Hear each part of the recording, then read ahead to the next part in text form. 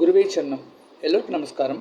நாம் இந்த பதிவில் வரக்கூடிய சனி பயிற்சி 2025ஆம் ஆண்டில் மார்ச் மாதம் 29ஆம் தேதி மாலை சுமார் 9 மணி 45 நிமிடங்களுக்கு திருக்கணித பஞ்சாங்கம் படி கும்பராசியிலிருந்து சனி மீனராசிக்கு பயிற்சி ஆகிறாரு. அப்படி மீனராசிக்கு பயிற்சி ஆகக்கூடிய சனியால் ஒவ்வொரு ராசிக்கும் மேஷம் தொடங்கி மீனம் வரைக்கும் இருக்கக்கூடிய ஒவ்வொரு ராசிக்கும் எப்படிப்பட்ட பலனை கொடுக்கும் அப்படிங்கிறத நாம தனித்தனி வீடியோவா பார்க்க போறோம். ஏற்கனவே எந்தெந்த ராசிக்கு யோகம் இருக்கும், சனி பெயர்ச்சியால எந்தெந்த ராசிக்கு அவயோகம் இருக்குங்கிற வீடியோ நான் ஆல்ரெடி போட்டிருக்கேன். ஒரு ஷார்ட் வீடியோ போட்டிருப்பேன். இந்த பதிவில் ஒவ்வொரு தனித்தனி வீடியோவிலையும் அந்தந்த ராசிக்கு எப்படிப்பட்ட சுபபலன்கள் எப்படிப்பட்ட கெடுபலன்களை கொடுப்பார் அப்படிங்கிறத கொஞ்சம் விரிவாக பார்க்க போகிறோம். நீங்கள் இந்த சேனலுக்கு புதிய மெம்பர் அப்படின்னா இந்த சேனலை சப்ஸ்கிரைப் பண்ணிக்கோங்க. அப்போ தான் நான் வெளியிடக்கூடிய பதிவுகள் உங்களுக்கு உடனுக்குடன் வரும். இந்த மாதிரி சனி கும்பத்திலிருந்து தன்னுடைய இருளான ஒரு வீடு கும்ப வீடுலேருந்து சுபருடைய வீடான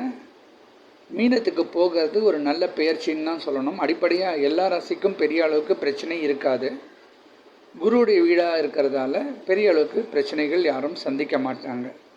பொதுவாகவே இந்த கோச்சார பலன் ஒருவருடைய ஜாதகத்தில் சுமார் 15லேருந்து 20% வரைக்கும் தான் வேலை செய்யும். மற்றபடி நடப்பு தசா புக்திகள் எப்படிப்பட்ட கிரக அமைப்பு இருக்கோ அதுக்கேற்ற போல தான் 75லேருந்து 80% வரைக்கும் ஒருத்தருக்கு பலன் இருக்கும். இருந்தாலும் இந்த சனி மட்டும் 7 சனியாக இருக்கும்போதோ இல்லை அஷ்டம சனியாக இருக்கும்போது மட்டும் சில பிரச்சனைகள் கொஞ்சம் அதிகப்படியாக தான் கொடுக்கும். ஆனால் அதே சமயத்தில் குரு பார்வை, சுக்கிரனுடைய தொடர்போ, சுக்கிரனுடைய பார்வை, வளர்பிறை சந்திரனோட தொடர்பு, தனித்த புதனுடைய தொடர்பு இப்படி ஏற்படக்கூடிய சமயங்களில் சனியுடைய கெடுபலன்கள் கண்டிப்பாக இருக்காது. அதே சமயத்தில் சனி எப்பெல்லாம் சுபருடைய வீடுகளான மீனம் மற்றும் தனுசு, துலாம் மற்றும் ரிஷபம் இந்த வீடுகள்லாம் சம்மந்தப்படுறாரோ அப்போ அவர் பெரிய அளவுக்கு கெடுபலன்களை கொடுக்க மாட்டார். எப்படி ஒரு கெட்டவன் தன்னுடைய குருவுடைய வீட்டில் இருக்கும்போது தன்னுடைய இயல்பான கெட்ட குணத்தை வெளியில் காட்டாமல் இருப்பாரோ அதுபோல் சனியோடைய கெட்ட இயல்பான தன்மைகளை வெளியில் காட்டாமல் ஓரளவுக்கு அமைதியாக இருக்கக்கூடிய சூழல் தான் இருக்கும். அதே சமயத்தில் பெரிய அளவுக்கு நன்மை இருக்கும்னு எதிர்பார்க்கக்கூடாது. பெரிய அளவுக்கு கெடுதல் இல்லாமல் இருக்கிறதே ஓரளவுக்கு நன்மை அப்படின்னு சொல்லலாம். பொதுவாக இந்த சனியுடைய பிரச்சனைகளை தவிர்க்கணும் அப்படின்னா நாம் ஒவ்வொரு சனிக்கிழமையும் ஆஞ்சநேயர் வழிபாடு பண்ணுறதும் விநாயகர் வழிபாடு பண்ணுறதும் எல்லா வித பிரச்சனைகளிலும் நம்ம ஈஸியாக காப்பாற்றிக்க முடியும். அதே போல் சிவாலயங்களுக்கு போயிட்டு இந்த நவகிரகத்தை வழிபடுறதை விட அங்கே இருக்கக்கூடிய பிரதான தெய்வமான சிவபெருமானை வழிபடுறது உங்களுக்கு நல்ல யோகத்தையும் நல்ல ஒரு வாழ்க்கையும் அமைச்சு கொடுப்பார். எல்லா பிரச்சனைகளுக்கும் நல்ல ஒரு தீர்வு உங்களுக்கு நிச்சயமாக கிடைக்கும். இனி நாம் மேஷம் தொடங்கி மீனம் வரைக்கும் ஒவ்வொரு ராசிக்கும் கிரகநிலையின் அமைப்புப்படி எப்படிப்பட்ட பலனை கொடுக்கும் அப்படிங்கிறத நாம் பார்க்க போகிறோம். ரிஷபராசி காலபுருஷனுக்கு 2வது ராசி ரிஷபராசி. ரிஷபராசிக்கு சனி ராஜயோகாதிபதி 9 மற்றும் 10க்கு அதிபதியாக வரவர் தான் சனி. அப்படிப்பட்ட சனி வரக்கூடிய பயிற்சியில் அவர் லாபஸ்தானமான 11ஆம் இடத்துக்கு வருது. இவங்களுக்கு நிச்சயமாக நல்ல யோகத்தை கொடுக்கும்னே சொல்லலாம். 9, 10 அப்படின்னு சொன்னாலே தந்தையார் வழி பிஸ்னஸ், யாரெல்லாம் பூர்வீக பிஸ்னஸ் பண்ணிகிட்ருக்காங்களோ அவங்களுக்கெல்லாம் நல்ல யோகம் கொடுக்கக்கூடிய ஒரு அமைப்பு இருக்குது. பெரும்பாலும் தாத்தாவோட பிஸ்னஸோ அப்பாவோட பிஸ்னஸ் எடுத்து பண்ணுறவங்களுக்கெல்லாம் இந்த அமைப்பில் பிஸ்னஸை நல்லா எக்ஸ்பேண்ட் பண்ணக்கூடிய சூழலும் வெளிநாட்டில் போயிட்டு பிஸ்னஸ் தொடங்கக்கூடிய சூழலாம் நிறைய பேருக்கு ஏற்படும்.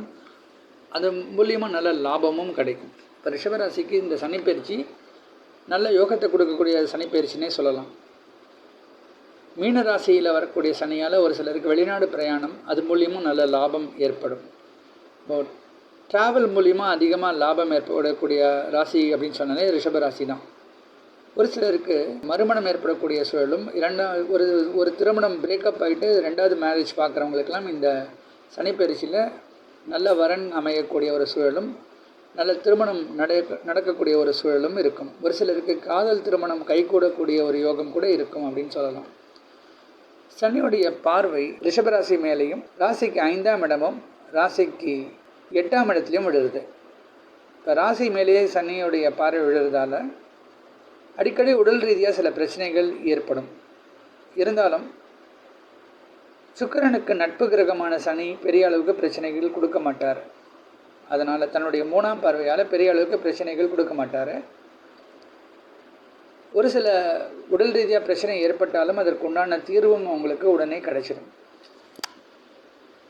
சனி பயிற்சி முடிஞ்ச உடனே குரு பயிற்சி, குரு இந்த ராசியிலேருந்து 2ஆம் இடத்துக்கு போகிறதுனால 2ஆம் இடத்துல குரு தனவரவை ஏற்படுத்துவார். அதே போல் குருவுடைய வீட்டில் இருக்கக்கூடிய சனியும் குருவை போலவே தனம் லாபத்தை கொடுக்கக்கூடிய ஒரு அமைப்பில் இருப்பார் அப்படின்னு சொல்லலாம். சனியுடைய பார்வை 5ஆம் இடத்தில் விழுறதால பிள்ளைகளால் சில பிரச்சனைகள் ஏற்படும். இந்த ராசியில் மாணவர்களாக இருந்தால் அவங்களோட படிப்பில் சில மந்தகதியும் சோம்பேறித்தனமும் அதிகமாக இருக்கும். ஸோ சின்ன வயசில் இருக்கக்கூடிய மாணவர்கள் படிப்பில் அந்தளவுக்கு ஸ்ரத்தை காட்ட மாட்டாங்க. அதிக விளையாட்டுத்தன்மையும் சோம்பேறித்தனமும் இருக்கும். அதுபோல் திருமணமாகி குழந்தை பாக்கியத்துக்காக காத்திருக்கிறவங்களுக்கு சில பிரச்சனைகள் ஏற்படும். ஒரு சில பிரச்சனைகளை தாண்டி தான் உங்களுக்கு குழந்தை பாக்கியம் அமையும்.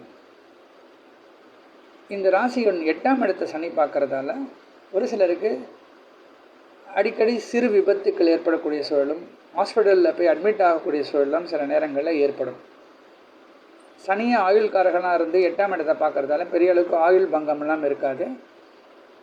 ஆனால் அடிக்கடி அலைச்சலும் தேவையற்ற வீண் விரயங்கள்லாம் அந்த சூழலில் இருக்க சான்ஸ் இருக்குது. அதிர்ஷ்டத்தில் சில குறைபாடுகள் இருக்கும். ஏன்னா 8ஆம் இடம் படி சொன்னால் அதிர்ஷ்டம். இந்த அதிர்ஷ்டத்தில் சில குறைபாடுகள் இருக்கும். ஒரு சில நேரங்களில் பிரயாணங்கள் தடைப்படக்கூடிய சூழல் இருக்கும். எதிர்பார்த்த விசாவோ ஒரு பாஸ்போர்ட்டை கரெக்டான நேரத்தில் கிடைக்காம போகிறது, கடைசி நேரத்தில் ஒரு பாஸ்போர்ட் தொலைஞ்சு போகிறது, அதனால் திருப்பியும் செலவு பண்ணி ஒரு எமர்ஜென்சி பாஸ்போர்ட் வாங்கிறது, இப்படிப்பட்ட சில நெருக்கடி, அதன் மூலிமா சில வீண் விரயங்கள்லாம் ஏற்படக்கூடிய சூழல் இருக்கும். இந்த ராசியில் பிஸ்னஸ் பண்ணுறவங்களுக்கெல்லாம் ஓரளவுக்கு நன்மை தரும். பிஸ்னஸில் வெளிநாடு இன்வெஸ்ட்மெண்ட்ஸ் மூலிமா நல்ல லாபம் இருக்கும். ஒரு சிலர் தன்னுடைய பிஸ்னஸை வெளி மாநிலங்கள்லையோ வெளிநாடுகளில் தொடங்கிறதுக்கான சூழல் இருக்கும். அது மூலிமா நல்ல லாபம் கிடைக்கக்கூடிய ஒரு சந்தர்ப்பம் ஏற்படும். அதுபோல் அடுத்த ஆண்டு முழுதும் பார்த்தோன்னா இந்த சொல்லிக் கொடுத்து பிழைக்கிறவங்களுக்கெல்லாம் நல்ல யோகம் இருக்கும். ஒரு சிலருக்கு ஆசிரியர் தொழில் கிடைக்கிறது, ஒரு வக்கீலாக ஜாயின் பண்ணுறது, வக்கீலுக்கு அசிஸ்டண்ட்டாக ஜாயின் பண்ணுறது, மார்க்கெட்டிங் சேல்ஸ், இந்த துறையில் புதிய ஜாப் ஆப்பர்ச்சுனிட்டிஸ் நிறைய பேர் கிடைக்கிறதுக்கு வாய்ப்பு இருக்குது. அப்படி பேச்சு மூலமாக பிழைக்கக்கூடிய எல்லா துறைகளிலும் இந்த ராசியினருக்கு நிறைய வாய்ப்புகள் கிடைக்க ஒரு சந்தர்ப்பம் அடுத்த ஒரு ஆண்டு இருக்கும் அப்படின்னு சொல்லலாம். அதுக்கு அடுத்த ஆண்டு முயற்சிக்கு நல்ல வெற்றியும், கலைத்துறையில் ஒரு சில பேருக்கு நல்ல ஒரு ஆதாயமும் ஏற்படும். ஒரு பெயிண்டர்ஸ், ஒரு கவிதை எழுதுகிறவங்க, கதை எழுதுகிறவங்க, கட்டுரை எழுதுகிறவங்க, இவங்களுக்கெல்லாம் 2026 நல்ல யோகத்தை கொடுக்க சான்சஸ் இருக்குது. இப்படி ராஜயோகாதிபதினு சொல்லக்கூடிய சனியோடைய இந்த பயிற்சி ரிஷபராசிக்கு அதிகபட்ச லாபத்தை கொடுக்கும் அப்படிங்கிறது என்னுடைய கருத்து. திருமணமாகாதவர்களுக்கு திருமண அமைப்பு கண்டிப்பாக ஏற்படும்.